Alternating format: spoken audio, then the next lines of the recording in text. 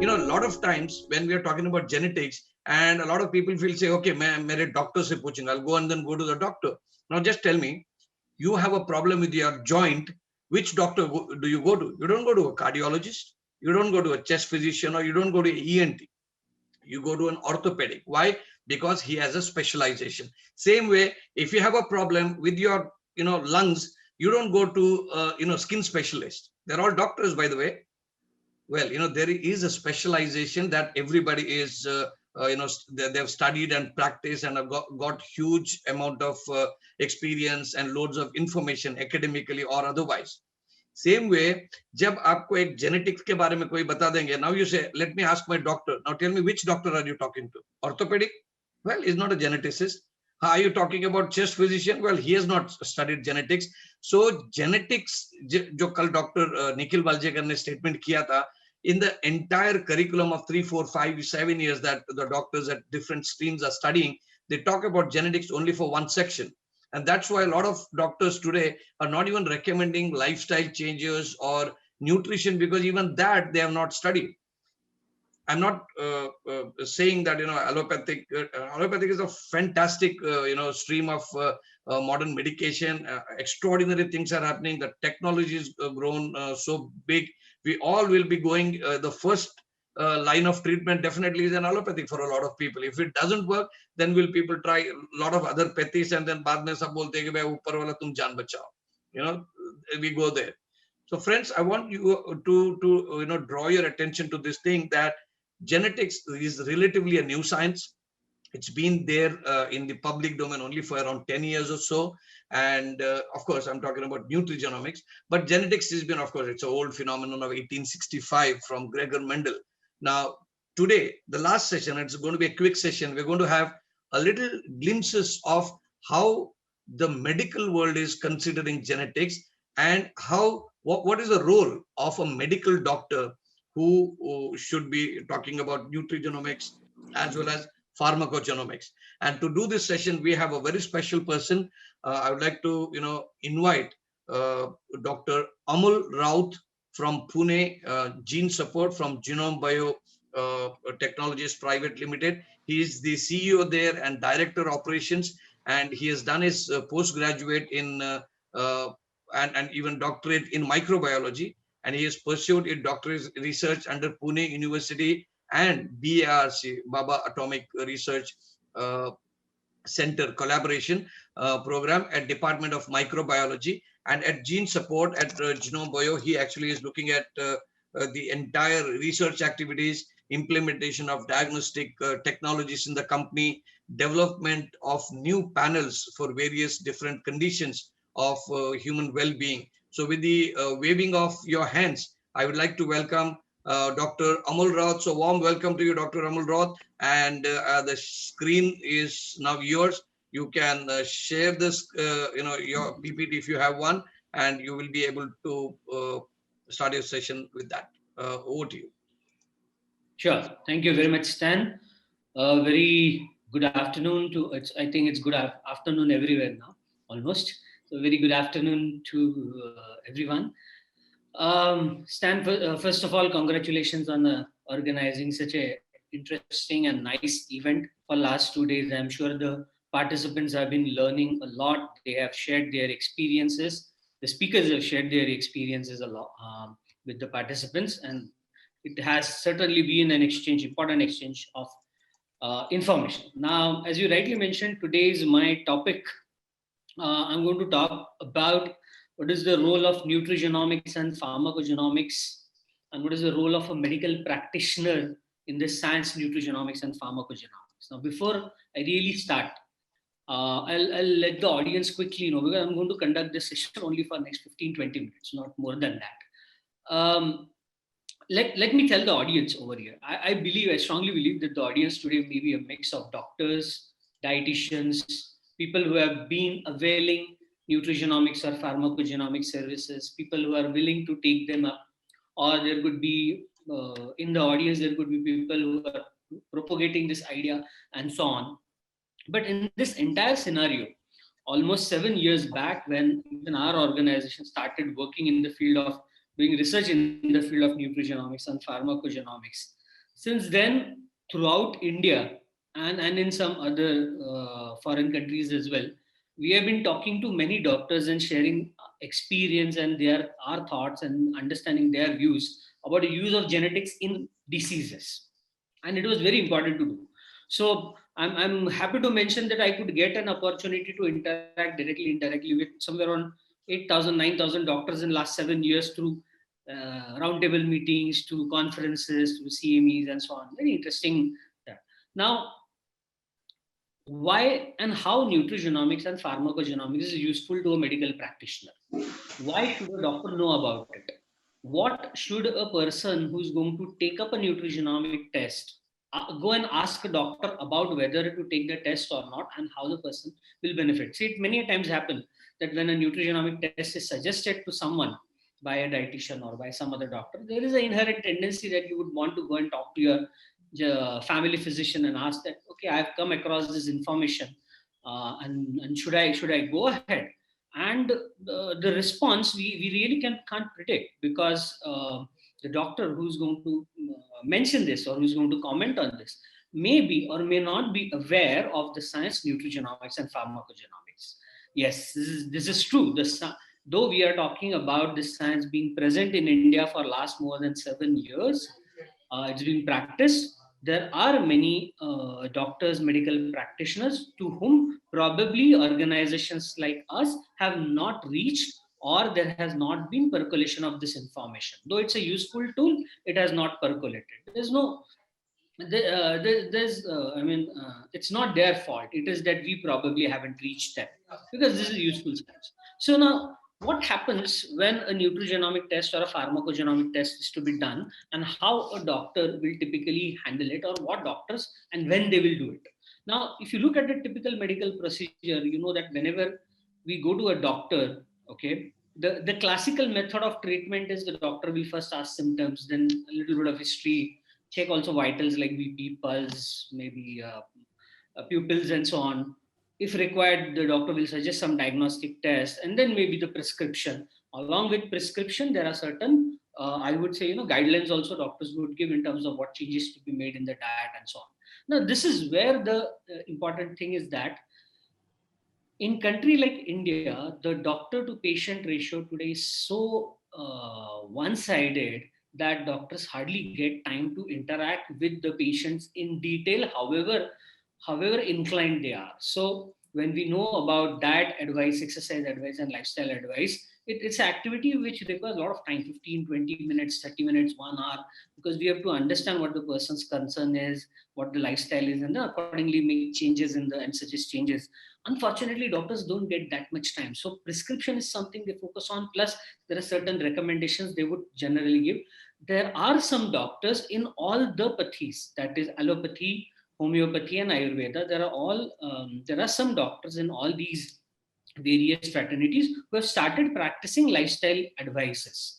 Either it is functional medicine, either it is in some other category. But I'm glad that yes, some doctors have really started doing that. Now, this protocol of suggesting, doing a particular test, taking history, and then suggesting a prescription, this is universal. This is guideline based. These guidelines or these steps are continuously monitored, and even if there is some modification to be done, there are a lot of deliberations that happen in it. Just to take example of COVID infection, we have been seeing COVID infection for last several years now. COVID infection, since the diagnosis till the 14th day, the treatment protocol is standardized. Whether the person is at home in home isolation, or whether the person is in hospital, or the person is in ICU, this thing. So the standard protocols are standardized, and then doctors. This is something that helps the doctors too. So there is no need for modification. Now, coming back to this thing is that what are the different types of diseases that usually we go and consult doctor? Whether it is genetic diseases, some children are born with some inborn genetic errors. Then there are infectious diseases, viral, bacteria, fungal infections. Very interestingly, there are lifestyle diseases, which are environmental self-inflicted. That means a lot of abnormalities in diet, no exercise, sedentary lifestyle, and so on. And finally, a combination of all this, genetics plus environment. So these are the different conditions for which we usually go to the doctor. The reason I'm taking through all this is we are going to in subsequent slide see how genetics can be useful in some categories of diseases. Second, what is the scope of a doctor when a genetic test is done? What is the scope of a dietitian when a genetic test is done, or a nutrigenomic and pharmacogenomic test is done? So this is something that we are going to see in this presentation. Let's start with lifestyle diseases quickly. We know that lifestyle diseases such as diabetes, obesity, cardiac diseases, PCOS is on rise these days. These are diseases that people are born with a genetic tendency, maybe because of family history and so on. But yes, there are certain predisposing genes that people are born with. And then if the person starts living a very non-conducive, unhealthy life, definitely the reason for triggering of these diseases is more. And so person starts suffering from disease. So essentially lifestyle diseases are a combination of both. Now, the moment we go to a doctor for treating this, okay, I've just listed some of the diseases over here: PCOS, depression, obesity, type 2 diabetes, okay, stroke, IBS, that is digestive related issues. All these diseases, deep down, the roots of these diseases are in the metabolic activities that happen in the body. I'll give an example. Very unfortunate news: Ankur Bhatia, who is the CEO of Indigo Airlines, a few days back, he passed away. He was just 48 years old. And you know why he passed away? Because he passed away while cycling. He led a very healthy life, but he had recovered from COVID just a couple of weeks back, and he went back to his normal routine quickly and was doing his cycling and many physical activities and so on. And likewise, we have seen many examples. I have myself, we have witnessed that there are many people who have been so much, concerned, so much, I would say, fanatic about fitness that they create a lot of inflammation and stress in their own body. So over exercise is also not good. Okay, so when we go to the doctors are going to look at what condition you have, and accordingly they try to manage your metabolism by suggesting medicines or by suggesting certain lifestyle recommendation. Now, how nutrigenomics is going to make a doctor's job easy? Okay, so when we talk about lifestyle disease management, it's a perfect balance between something called as clinical management and lifestyle management. I'll repeat it. Lifestyle disease management is a perfect balance between clinical management and lifestyle management, which means that if we are talking about a type 2 diabetes patient, okay, medicines are required for a diabetes patient in order to keep the sugar levels under control, the insulin levels appropriate, and so on. But that doesn't mean that the person can lose focus on diet. At the same time, it's not necessary that the person focuses only on diet and doesn't pay attention to the medicines also. Be it any field of medicine, whether it is allopathy, homeopathy, or Ayurveda, people would follow some or the other clinical management, and parallelly there are diet, exercise, lifestyle advices that keep on happening. Only when there is a balance and combination of both of them, a perfect disease management can be done. And now the science of genetics brings something called as personalization in both of this. Let me give an example. How many of you so far have experienced or have came across instances where people say that, okay, I have been suffering from headache always, but whenever I suffer from headache, I always take a paracetamol. And someone would say that, no, paracetamol doesn't work in me. I always take a Nimesulide. Someone would come up and say that Nimesulide doesn't work in me. I always take Brufen. So these are the common things that we come across. Now, when we come across this thing, why does this happen? Why there is a variation in the drug response? The reason is your genetic makeup. Your genetic makeup is made in such a way that you will respond differently to different drugs. Okay. Similarly, metformin, which is a common medicine used in diabetes, there are certain reports that say that 33% people do not respond to metformin. What does that mean? That 33% people probably in the world are those who are not going to respond to metformin.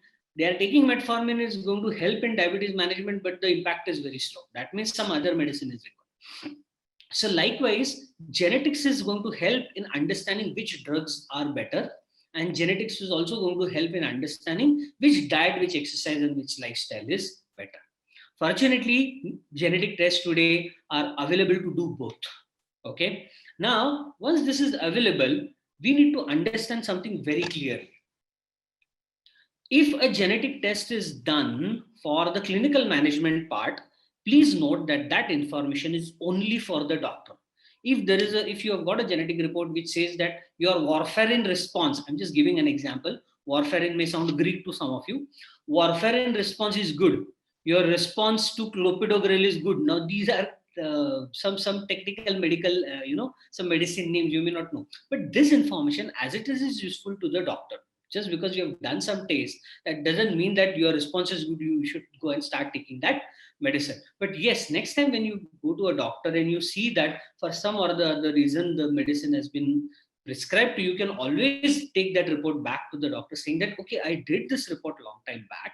And is it something that's correlating?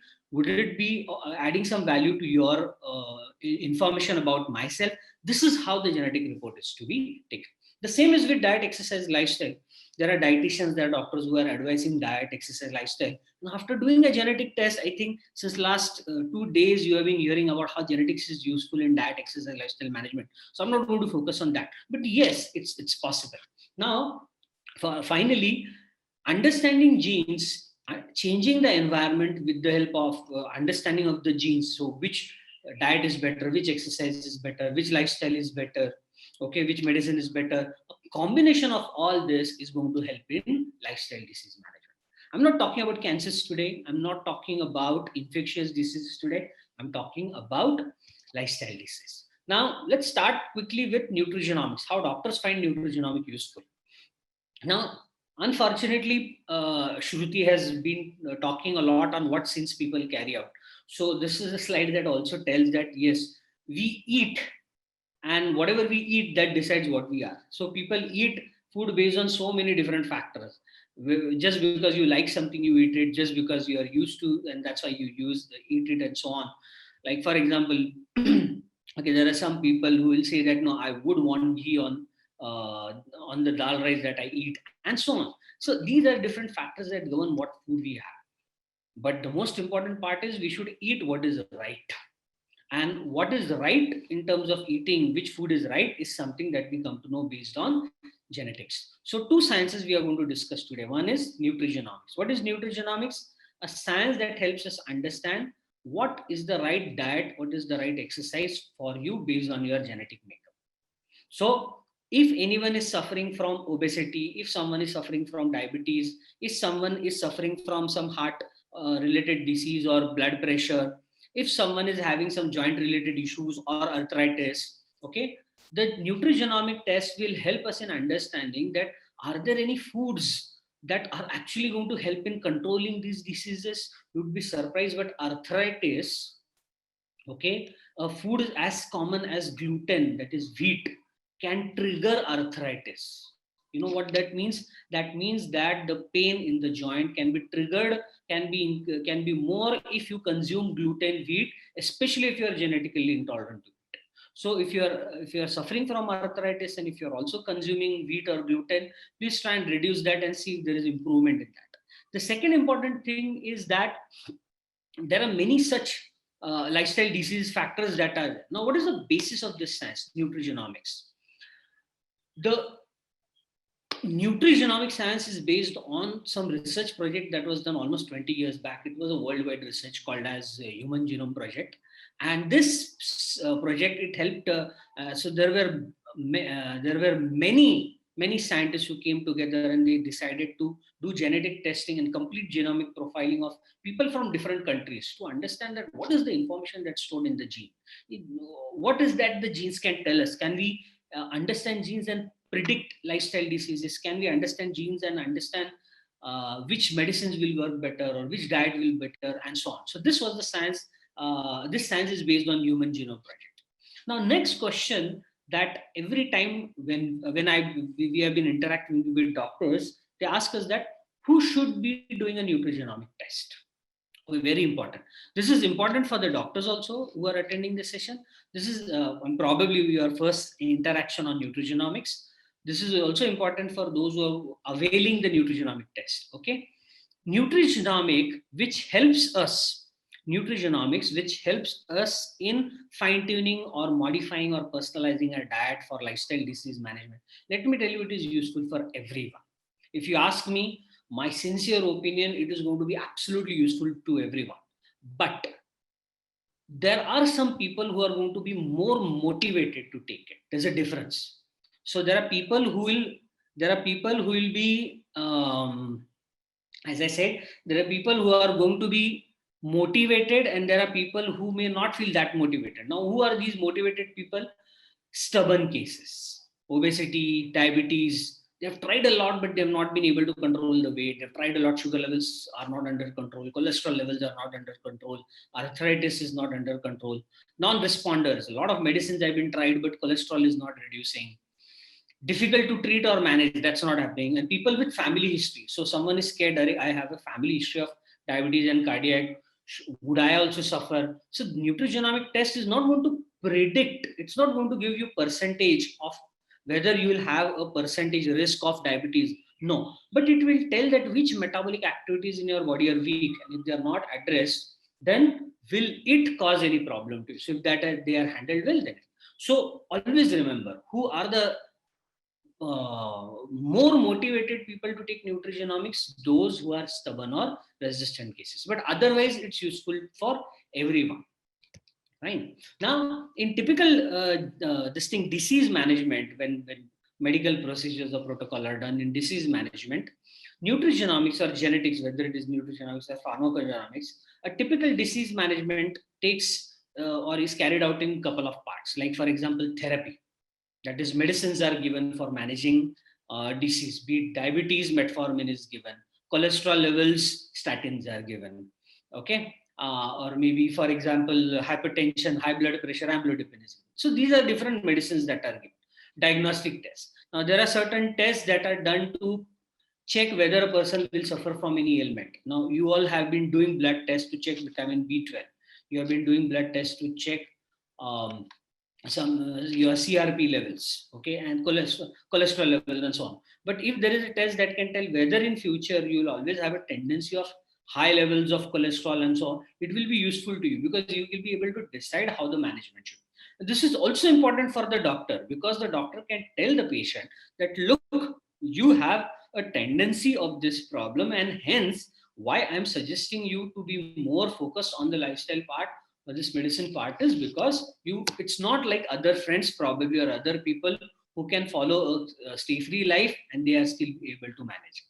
So disease genetics helps in diagnostics, also predicting certain things, and genetics of course helps us in fine-tuning diet, exercise, lifestyle part as well. Fine. Now, finally, nutrigenomics, of course, that has been useful in all lifestyle diseases, whether it is diabetes, obesity, cardiac diseases, and this thing. And finally, how it is managed is, once a DNA test is done, then the drugs can be suggested, or medicines can be suggested based on the DNA test. The diet can be suggested based on it. Exercise can be suggested, and so on. Stan, give me 5-7 more minutes. I'll wind up. Yeah. Now, finally, what is actually studied in nutrigenomics is something called as, we study genes and mutation or variations in the gene. And based on that, this diet or the type of food or the time of exercise, all these things are actually good. Now, obesity is a major factor. I'm not going to go into details of it because it might have been covered earlier also. But in simple case like obesity, how genetics helps is, or nutrigenomics will help is, it will help you in understanding what is going to be a major cause of obesity in the individual. Is it because of carb or fat? Is it because of which type of exercise is much better, walking or gymming? So if a person goes to a doctor and this report is there, the doctor will be able to advise, saying that, okay, you reduce the fat portion, or you reduce the carb portion, or you reduce the or you change to from the heavy gym exercise, you change to walking, because that's more suitable to you, and so on. So doctors would definitely benefit from this. Of course, when it comes to nutrigenomics, the similar suggestions can be given by dietitians also, because they're trained in this science. Now, this is a slide which tells a very interesting gene called as APOE gene. Now, this gene tells that not just very interesting gene. It tells what changes should be made in diet for cholesterol levels, but also the drugs that are suitable to individual. Now, cholesterol levels go up and down. There's a gene called as ApoE, and it is present in 3 forms in all individuals in the world. ApoE2, E3, and E4. We don't know which form we are unless you test. But if you are ApoE2, let me tell you, if you are taking statins for cholesterol management, okay, the doctor will benefit from this information because he will find that only atorvastatin, pravastatin, and lovastatin are going to be more useful. So if you are taking a statin for cholesterol control and you're showing some hyper reaction, probably you're not taking statin as per your genetic makeup. So there is a lot of side effect. So this is how the drugs also can be changed. Similarly, which vitamins, there's a complex cycle, so I'm not going to go into the detail in it, but there is a gene that decides whether you should take vitamin B12, vitamin B9, and that too in which form.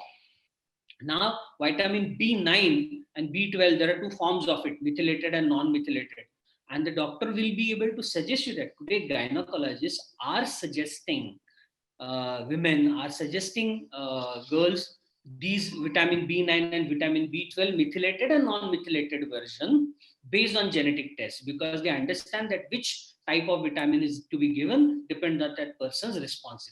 Similarly, cardiologists are using this information for heart disease management, be it cholesterol, be it overall blood pressure management, and also few other things such as homocysteine levels or CRP. CRP is nothing but the overall inflammation tendency that's present in the human body. A very important concern these days, and that is PCOS, polycystic ovarian syndrome. Now, this is a condition present in, unfortunately present in women. In a country like India, it has been noticed that almost 30% women in the urban setup are known to be positive for PCOS. I mean, they are suffering from PCOS. PCOS is polycystic ovarian syndrome, so there is an imbalance in hormone. And a doctor once gets a genetic report for PCOS, the doctor can understand a couple of things. How to manage obesity, how to manage insulin resistance. Insulin resistance is this is especially for the doctors attending. How to manage insulin resistance. So every time metformin is not going to work in PCOS patient. In this case, we come to know that what type of PCF ratio, protein carbohydrate fat ratio, is going to be complementary to metformin such that it works better. And likewise, fortunately, within PCOS, after doing a genetic test, we can also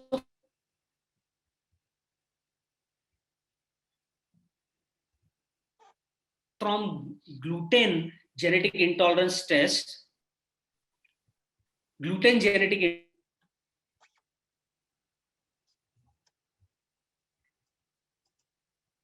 disease. So it's always better to check whether a person has a genetic predisposition to celiac disease or not. Let me tell you, as per the stats, only 2% people will have celiac disease high risk genotype. Okay, but the remaining 10% people will still have moderate risk genotype for gluten, and the remaining 90% may not have. So it's very important to find out whether if the doctor can suggest whether a patient is suffering from a lot of gastric distress, whether a genetic test is to be done or not. These are the names of the genes. For those who are interested, they can ask. So finally, there is a science called as pharmacogenomics also, and we are going to conclude on this pharmacogenomics part, this session.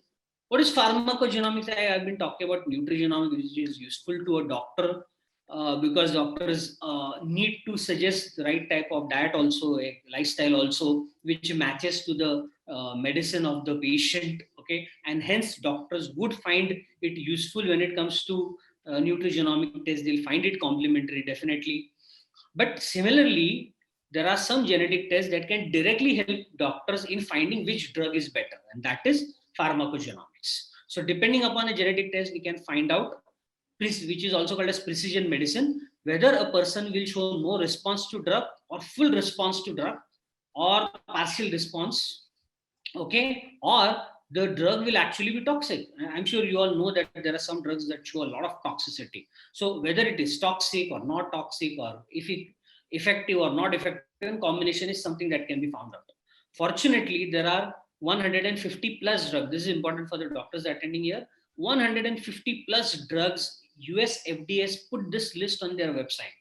You can go and search that US FDA list on website, and you'll find that 150 plus drugs are labeled by US FDA, saying that if these drugs are to be recommended, then you should do a genetic test for the patient to decide whether the drug is good or not. Okay, abacavir in HIV. Okay, there are many cancer drugs, anti-cancer drugs, warfarin, clopidogrel, metformin, statins. For all these drugs, fortunately, there are genetic tests now available.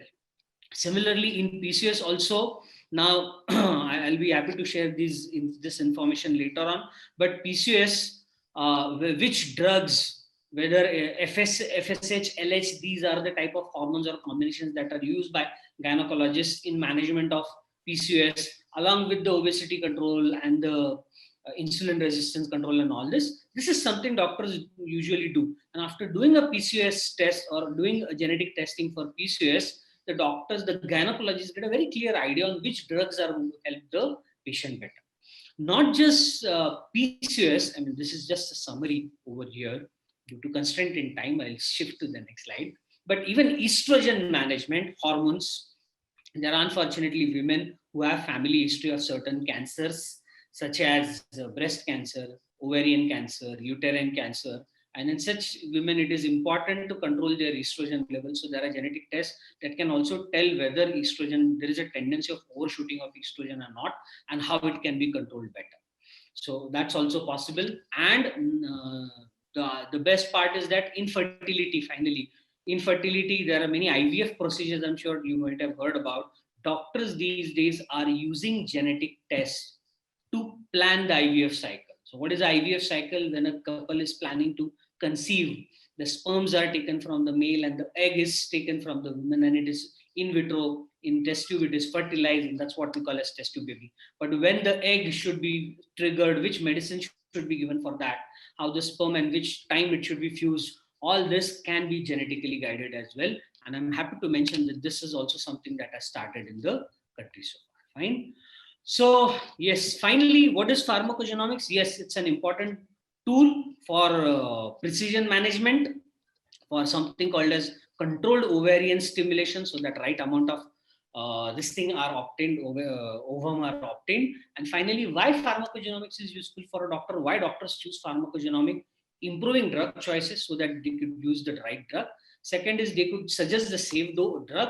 And third is this reduces the healthcare cost. Otherwise, it happens so that a drug is suggested, didn't work, then some other drug is suggested. Fortunately, since US FDA has laid these guidelines, there are many drugs that doctors have started now doing genetic tests before they are recommended. Fine.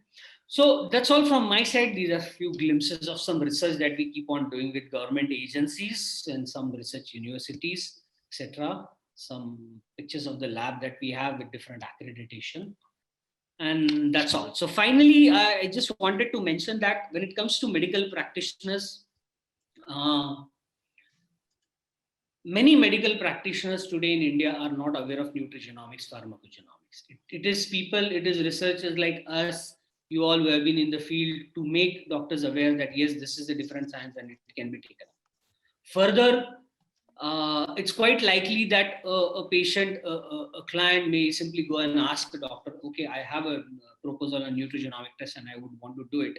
And if the information is shared with his family physician, the physician may say, I've never heard about it. In such scenario, it's better to connect with the experts at the back end who are going to suggest that where and how the test is going to be useful.